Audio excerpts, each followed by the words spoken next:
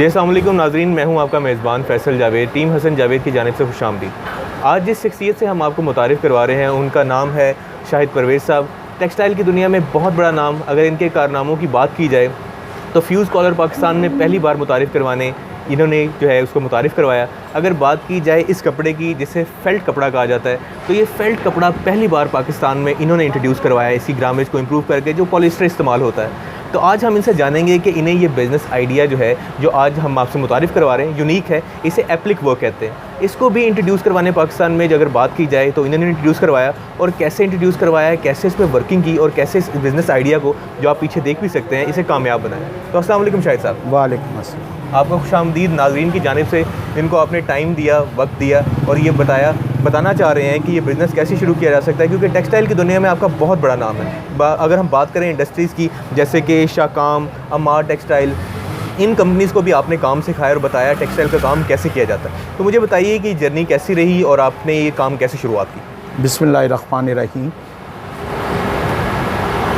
मैं basically Taylor हूँ।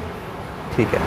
1976 से मैंने ये वर्किंग लाइन में आया हूँ और 1986 में मैंने ये फ्यूज़ कॉलर जो अब पहना जाता है, इसको मैंने पाकिस्तान में इंट्रोड्यूस करवाया। उसके बाद 1990 में मैंने फेल्ट फैब्रिक ये पाकिस्तान में इंट्रोड्यूस करवाई, जो डिज़ाइनिंग में लग के जाता है, एक्सपोर्ट की डिज़ाइनिंग में लग कर जाता है।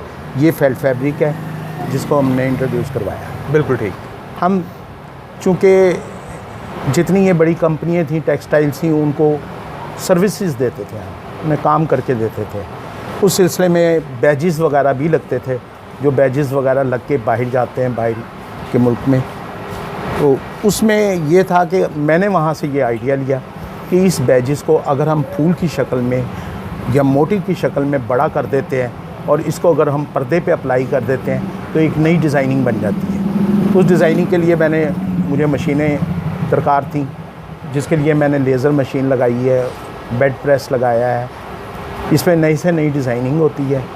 इसमें हम तकरीबन हर चीज़ जो सी है ना बनाते हैं। पर्दे हो गए, ये क्या नाम है, सोफ़ों के ऊपर डिज़ाइनिंग होती है, फिर कुशनों के ऊपर डिज़ाइनिंग होती है, टेबल रनर्स होते हैं। ये सब हमारे मार्केट में बिक भी रहे हैं और हम बना भी रहे हैं। ठीक है। मतलब कि जो जितने भी तमाम पर्दे हैं, निटवेयर हो गया, उसकी डिज़ाइनिंग में जो कटिंग वगैरह होती है वो लेज़र मशीन से होती है। फिर इन्हीं डिज़ाइनिंग की अगर हम पेस्टिंग की बात करें नाज़रीन से, तो इस पर्दों के ऊपर जो तमाम पेस्टिंग है वो भी इसमें ही शामिल है। हाँ जी, वो पेस्टिंग का ये है कि पेस्टिंग जो सी है वो केमिकल शीट आती है जो इम्पोर्टेड होती है। वो इसके ऊपर पहले कपड़े पे लगाई जाती है, फिर उसकी कटिंग होती है, फिर उसको जिस पर्दे के ऊपर लगाना होता है या जिस कपड़े पे अप्लाई करना होता है उस पर हम उसको लगा देते हैं। और लेकिन ये हीट से चिपकता है। जब एक दफ़ा ये इसको सही प्रेशर मिल जाता है और सही हीट मिल जाती है तो फिर ये सारी ज़िंदगी के लिए ये उतरता नहीं है। बिल्कुल, धुलने से भी नहीं उतरता। बिल्कुल ठीक। अच्छा, अब इसमें हम अपने नाज़रीन को बताएं कि जो मशीन है, इसमें कौन सी मशीन इस्तेमाल होती है, क्या नाम है? एक मशीन है या दो है? दो मशीनें हैं इसमें। एक लेज़र कटिंग मशीन है और एक हमारा बेड प्रेस है। अच्छा, अगर हम अपने नाज़रीन को बताएं कि इस मशीन के अंदर जो कपड़ा इस्तेमाल होता है, मटेरियल कौन सा होता है और क्या कौन सा कपड़े का मटेरियल होता है जिस पे ये पेस्टिंग हो सकती है, क्योंकि टेम्परेचर बहुत ज़्यादा गर्म होता है। तो उसके लिए ज़रा रहनुमाई करें हमारे नाज़रीन की। उसमें यह है कि हम आम पर्दों का जो कपड़ा होता है, जैकार्ड वगैरह और दूसरा, उस पर भी ये अप्लाई हो सकता है। जो कॉटन और पॉलिएस्टर मिक्स कपड़ा हो उस पर ये सब पे ये अप्लाई हो सकता है। वेलवेट 100% पॉलिएस्टर होता है, उस पर भी अप्लाई होता है, उस पर भी ये चिपक जाता है। और जो चीज़ चिपकाई जा रही होती है उसके लिए लाजमन है कि वो वेलवेट की हो या किसी और कपड़े में भी किसी और कपड़े में भी हो। और ग्लू के साथ चिपका दें? नहीं, ग्लू नहीं। इसके लिए वो हम ये की शीट होती है, मैं दिखाऊँ आपको? हाँ जी। इसके लिए ये केमिकल शीट होती है। ठीक है। ये देखिए, इसके ऊपर ये लगा हुआ। ठीक है। हाई डेंसिटी शीट होती है। जब हम ये कपड़े पे लगाते हैं तो ये कपड़े पे चिपक जाती है। फिर हम ये पेपर उतारते हैं, उसके बाद कटिंग करते हैं, तो ये जो साइड है ना, ये उस जिस पे हम अप्लाई करते हैं उस कपड़े के साथ चिपकता है। बिल्कुल ठीक है। तो ये हमारे पास जो है ये स्टिकिंग के लिए हो गया, और मटेरियल जो है हमारे पास है वो वेलवेट के अलावा भी वेलवेट के अलावा भी जो मर्जी आप कपड़ा ले लें, वो कर सकते हैं। और कितना टेम्परेचर बर्दाश्त करता है कपड़ा? ये 150 से लेकर 200 डिग्री तक। ठीक है, बिल्कुल ठीक है। अच्छा, अगर हम यहाँ बात करें लेबर के ऊपर कि इस मशीन को कोई अपने पास लगवा लेता है, काम करता है, तो क्या वो उसके लिए स्किल्ड होना लाजमी है कि उसे ये काम आता हो? नहीं, उसे सीखना तो पड़ेगा काम। ठीक है, उसके लिए ये है कि उसे ये सीखना पड़ेगा, तभी वो चला सकेगा। इस मशीन को किस तरह हैंडल करना है, किस तरह डिज़ाइनिंग करनी है, किस तरह सारी डिज़ाइनिंग इसकी कोरल में होती है। उसके बाद इसका अपना सॉफ्टवेयर होता है मशीन का। वज़ू की मशीन है तो उसका अपना सॉफ्टवेयर होगा, यूमिंग की मशीन होगी तो उसका अपना। मशीन के पार्ट्स सस्ते हैं, पार्ट्स महंगे हैं, पाकिस्तान में अवेलेबल होते हैं या बाहर से ही मंगवाने पड़ते हैं? सर ऐसा है कि जो जिन मशीनों की यहाँ पे फ्रेंचाइजीज है जो इंपोर्ट करती हैं, वो पार्ट्स भी इंपोर्ट करती हैं। ठीक है, वो उनकी ज़िम्मेदारी होती है। आपको जो भी पार्ट चाहिए होगा वो आपको अवेलेबल करेंगे। लेकिन जो अमूमन चलते हुए मशीन में पार्ट्स की ज़रूरत पड़ती है, ये ख़राब हो जाता है, उसमें लेंस होते हैं, उसमें इसकी लेज़र ट्यूब होती है, उसमें इसके बैरिंग वगैरह होते हैं, इसके बेल्ट्स वगैरह होते हैं, ये सब अवेलेबल हैं, मिल जाते हैं, इजीली मिल जाते हैं। ठीक है, ब्रांडेड ठीक स्टोर है, से भी मिल जाते हैं। बिल्कुल ठीक है। अच्छा, अगर हम इसमें बात करें, अब जैसे आपने मशीन की कॉस्ट की हमें बताया कि मशीन की कॉस्ट जो है वो कितनी महंगी ये मशीन है, ताकि अगर कोई शख्स सरमाया करना चाहता है, लगाना चाहता है पैसा, तो उसे कितने की एक मशीन पड़ती है? ये जो हमारे काम के लिए इस्तेमाल होती है ना मशीन, ये 12 से 15 लाख के अंदर अंदर आती है। ठीक है। अच्छा, अगर हम बात करें इसकी मार्केट की कि ये आप चीज़ एक प्रोडक्ट आपके पास आती है, कोई कंपनीज़ जो आपको कोई सोफ़ा बनाने वाले जो हैं फर्नीचर हाउस आपको कपड़ा भिजवाते हैं, या कोई शख्स अपने घर के पर्दों की डिज़ाइनिंग करवाना चाहता है, तो इसकी मार्केट कितनी वसी है? कौन आपसे ये काम करवा सकता है इन दो इंडस्ट्रीज़ के अलावा भी? क्या ये सिर्फ इन्हीं दोनों पे मुहित है? नहीं सर, इसमें ऐसा है कि जो दुकानें बाज़ार में खुली हुई हैं, जो पर्दा वगैरह कर्टन की दुकानें हैं, वो हमसे उस कर्टन के ऊपर ये डिज़ाइनिंग करवाते हैं।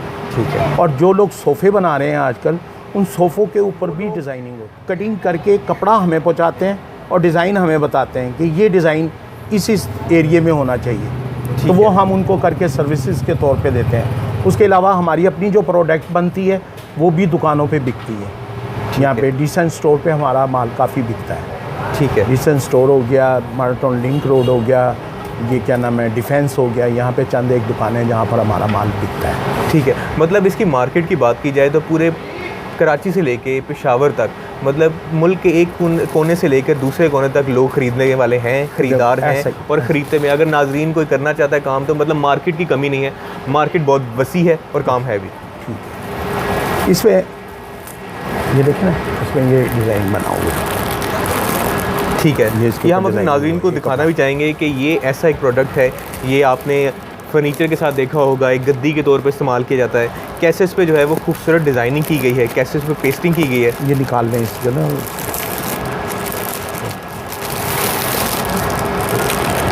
तो ये डिज़ाइनिंग है, ये पेस्टिंग है इसके ऊपर। ये इसकी बैक है जिस पे ज़िप अटैच की गई है, ताकि अगर आप इसमें से कोई चीज़ वो जो मटेरियल है निकालना चाहते हैं और इसको आप अपने सोफ़े की गद्दी के तौर पे भी आप देखते हैं, तो ये तमाम प्रोडक्ट्स जो हैं वो शाहिद परवेज़ साहब ही बना रहे हैं। जी नाज़रीन, अब हम आपका तारुफ़ करवाते हैं शिराज से, जो कि शाहिद साहब के बेटे हैं और इस कारोबार को बेहतरीन तरीके से चला भी रहे हैं, इसको संभाल भी रहे हैं। हम शिराज से जानेंगे कि इस प्रोडक्ट को मार्केट करने के लिए वो क्या तरीक़ाकार इस्तेमाल करते हैं और कैसे करते हैं। अस्सलाम वालेकुम शिराज। वालेकुम सलाम। शिराज, आपका बहुत शुक्रिया नाज़रीन की जानिब से भी। अब मुझे बताइए शिराज कि आपके वालिद साहब बहुत नामवर शख्सियत हैं टेक्सटाइल इंडस्ट्री में, बहुत ज़्यादा क्लाइंट्स भी हैं, उसके बावजूद भी आप कोई नए तरीके का इस्तेमाल करते हैं क्लाइंट्स हासिल करने के लिए, फेसबुक, इंस्टाग्राम वगैरह हो? बिस्मिल्लाहिर्रहमानिर्रहीम। जी हाँ, बिल्कुल। आजकल जो आईटी का दौर है उसको देखते हुए हम जो है वर्चुअली भी कस्टमर को डील करती हैं, जैसे फेसबुक के ज़रिए, इंस्टाग्राम के ज़रिए, ओलेक्स के ज़रिए, दराज के ज़रिए। ये जो मौके हैं, ये डिजिटल मार्केटिंग इसे कहा जाता है। इसके ज़रिए भी आप इसमें कस्टमर को बढ़ा सकते हैं, अपने कस्टमर बना सकते हैं। तो क्लाइंट्स आ रहे हैं? बिल्कुल आ रहे हैं जी, मैं बिल्कुल, हम कर रहे हैं काम और क्लाइंट्स आते हैं।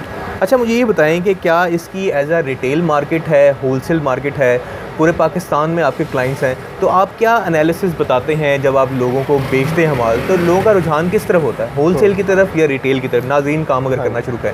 हाँ जी, असल में होता ये है कि अगर तो कोई जो है वो शॉप, रिटेल शॉप बनाना चाहता है, तो वो हमसे कांटेक्ट करता है, हम उसे प्रोडक्ट्स प्रोवाइड करते हैं, जैसे बेडशीट प्रोवाइड करते हैं, टेबल रनर जैसे हैं, कुशन्स हैं, इसमें कर्टन्स हैं, और मुख्तलिफ इसमें वैरायटी जो आ जाती है बेडिंग के हवाले से इंटीरियर में, वो हम उसको प्रोवाइड करते हैं और वो रिटेल के तौर पे अपनी शॉप पे बेचते हैं इसको।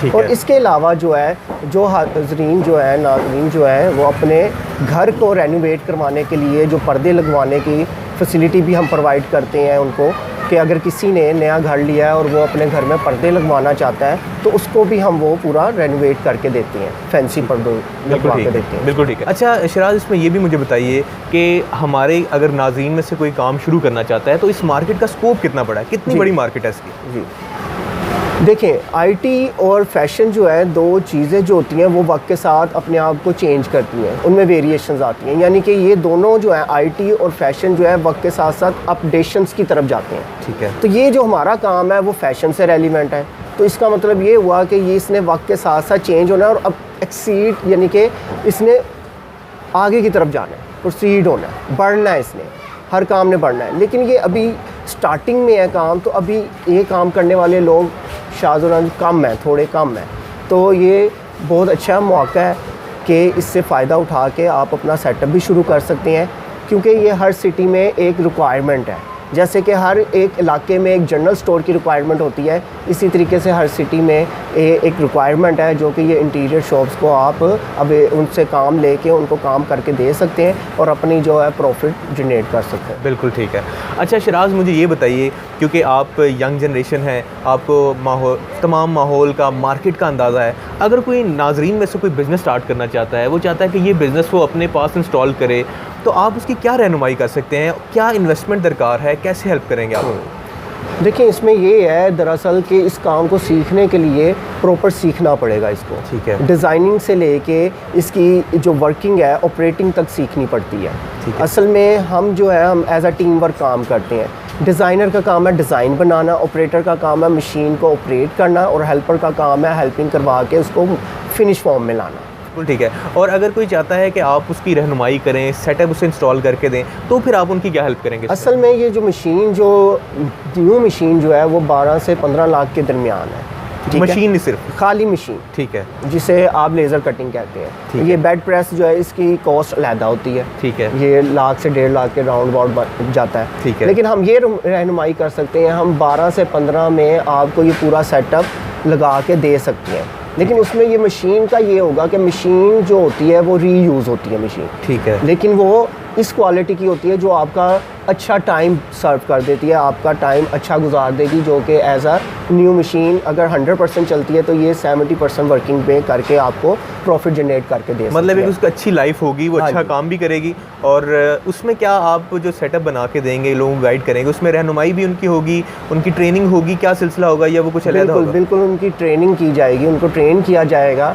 आया कि वो देखें कि कहाँ लगाना चाहते हैं मशीन, वहाँ का मार्केट सिनेरियो लेके जब वो मशीन लगाएंगे तो उनको प्रॉपर ट्रेन किया जाएगा, ठीक है। डिज़ाइन से लेके मशीन चलाने तक ट्रेन करके उनको उनका ज़रिया मतलब 15 से 16 या 15 से 14 के दरमियान इससे सेटअप कायम करके आप उन्हें गाइड कर सकते हैं, ऐसे सेटअप किया जाए। जी। और जगह कितनी इसके लिए चाहिए होगी? इसके लिए तकरीबन जगह आपको 2.5 मरले कह लें या आप 500 स्क्वायर फीट कह लें, एक सेटअप के लिए आपको दरकार होगी। ठीक है, बिल्कुल ठीक है। और अगर हम इसकी प्रॉफिट की बात करें कि एक शख्स इतने पैसे इन्वेस्ट करता है, या हमारे नाजरीन के लोग जो हैं वो इसमें इन्वेस्टमेंट करते हैं, नाजरीन चाहते हैं कि मैं इन्वेस्ट करूं या मैं इतने पैसे लगाऊं, तो उसको पर मंथ क्या प्रॉफिट आ सकता है, प्रॉफिट कितना आएगा? जी, प्रॉफिट डिपेंड असल में करता है, काम डिपेंड करता है कि आपके कस्टमर्स कितने हैं। ठीक है। आपके पास जो है आप कितनी मार्केट को कवर कर रहे हैं, ठीक है। कितनी शॉप्स आपसे काम करवा रही हैं।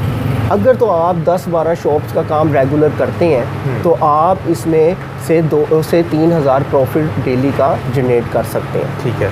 ये एक नॉर्मल मैं बता रहा हूँ। अदरवाइज़ अगर तो पोटेंशियल काम का ज़्यादा है तो फिर ये आप इसको बढ़ा सकते हैं, ठीक है। प्रॉफिट और ज़्यादा बढ़ सकता है। मतलब क्लाइंट टू क्लाइंट वेरी करता है, जी। कितना बड़ा कॉन्ट्रैक्ट आ जाए उस पर वेरी जी। करता है। और अगर हम महीने की एक औसतन बात करें, एवरेज बात करें, तो कितना प्रॉफिट कमाया जा सकता है? क्योंकि नाजरीन जानना चाहेंगे कितना प्रॉफिट हो, लाख, 50,000, इससे ज़्यादा? जी, 1 लाख से 20 लाख, 20,000, 1,20,000 तक रेंज आप समझ लें। और ये तब है जब मतलब क्लाइंट कम भी हों या थोड़े हों, तब भी आप इतना कर सकते हो। और अगर माशाल्लाह क्लाइंट ज़्यादा हो जाएं, जो मैं नाजरीन को भी बताना चाहूँगा, तो वो प्रॉफिट की रेशियो बढ़ जाएगी। लेकिन उसके लिए ज़रूरी है कि आप अपना माइंड बनाएं और उसको काम को सीखें भी। जी। अच्छा, इसमें मैं ओवरऑल इस इंडस्ट्री के बारे में जानना चाहूँगा, क्योंकि आप इस फील्ड में इन्वॉल्व हैं, आप टेक्निकली चीज़ों को देखते हैं। तो जो मशीनें हैं उनका मैं नाम जानना चाहूँगा कि ये मशीन को कहा क्या जाता है, और इसके अगर पार्ट्स की बात की जाए तो वो क्या इतने फिजिबल और अच्छे होते हैं कि वो एक बंदे को अच्छी क्वालिटी दे सके इंटरनेशनल लेवल की? बिल्कुल ऐसा ही है, बिल्कुल ऐसा ही है कि ये 2 मशीनें हैं, जैसे वालिद साहब ने भी बताया, लेज़र कटिंग मशीन और बेड प्रेस मशीन, जो अभी आपको मैं दिखा देता हूँ। तो ये 2 मशीन जो है इनके पार्ट्स इजीली अवेलेबल हैं, आप यहाँ से मार्केट से ले सकते हैं, और कोई भी इसमें ख़राबी के तो शाज़ व नादर चांस कम आते हैं। ठीक है। जब आप एक चीज़ को इंस्टॉल करेंगे, उसकी सर्विस वगैरह होकर जब वो रनिंग में आएगी तो वो फिर चलती जाती है। ठीक है। बस इसको डस्ट से आप बचाएं, ठीक है, जो इसकी केयर है वो करें, और बाकी से चलाते रहें। ठीक है। तो जी नाज़रीन, मैं शुक्रगुज़ार हूँ शाहिद साहब का भी और साथ साथ शिराज का भी कि उसने हमें टाइम दिया, उन्होंने हमें बताया कि ये काम कैसे होता है, एक यूनिक आइडिया है, एप्लीकेबल कहा जाता है। शिराज साहब के साथ साथ जो शाहिद साहब हैं वो बहुत बड़ा नाम है, हम उनका शुक्रिया अदा करते हैं कि उन्होंने अपनी एक्सपर्टीज़ से हमें बताया कि कैसे वो फ्यूज़ कॉलर इंट्रोड्यूस करवाया और तमाम चीज़ें कराएं। हम शुक्रगुज़ार हैं उनका भी और नाज़रीन आपका भी कि जो आप हमें वक्त देते हैं, प्रोग्राम देखते हैं। हमारे इस चैनल को सब्सक्राइब भी कीजिए, लाइक भी कीजिए, शेयर भी कीजिए, ताकि शाहिद साहब जैसे जितने भी एंटरप्रेन्योर्स हैं उनको जो है हौसला अफजाई भी मिले और वो आप सबकी रहनुमाई भी कर सकें। इसी नोट के साथ आप सबसे मैं इजाज़त चाहूँगा। अपना ख्याल रखिए। अल्लाह ने के बाद।